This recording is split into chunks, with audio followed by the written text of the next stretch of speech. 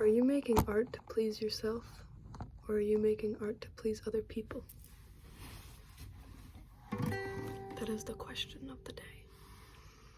Because in reality, art is an expression of you, and it is a way to connect with yourself in a deeper way and to see aspects of yourself that you would have never seen otherwise if you never created. And I think so often in society we think that it needs to be, we write a song and it needs to have a verse and then a chorus and then a second verse and then a chorus. Well, why can't the whole song be a chorus? Why can't the whole song be a verse?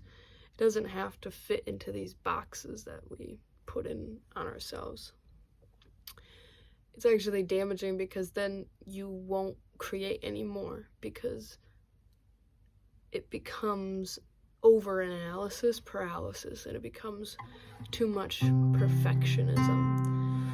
And then you have too high expectations and then you don't create at all. And that book that you bought to sketch stuff in, there's no drawings in it. And that guitar that you bought to learn to play something,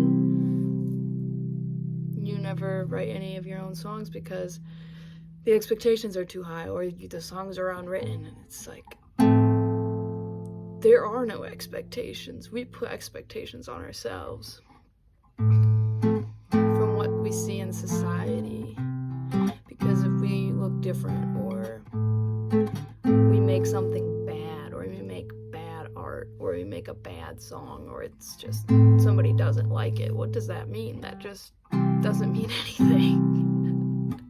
It just means that somebody doesn't like it or it's bad, but you can't say that something is necessary. Like Rick Rubin says all the time that what you make is a diary entry.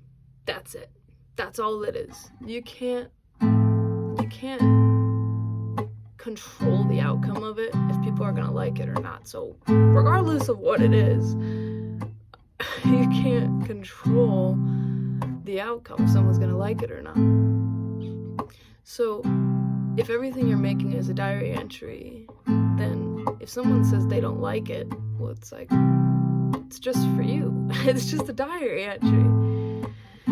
That way there's no expectations, and when there's no expectations, you can make the absolute best art possible that you can make, because you're you, and no one can make the art that you can make, because no one has ever existed like you before.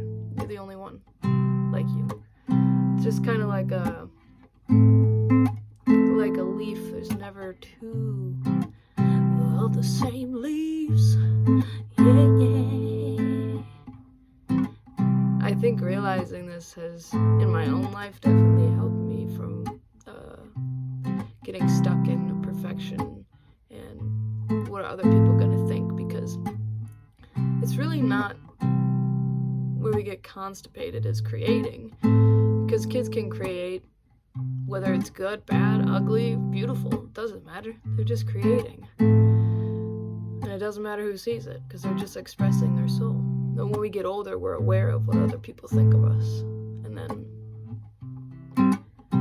we get constipated in our creations because we're afraid, or not even afraid, just what are people gonna think? What are people gonna think about what we are doing? Are they gonna like it? Well, I'm telling you, it doesn't matter if someone likes it or doesn't like it. What matters is that you are creating and you took a risk. And it was a beautiful risk. And you got closer to yourself and learned something about yourself. And learning is really what it's all about anyways.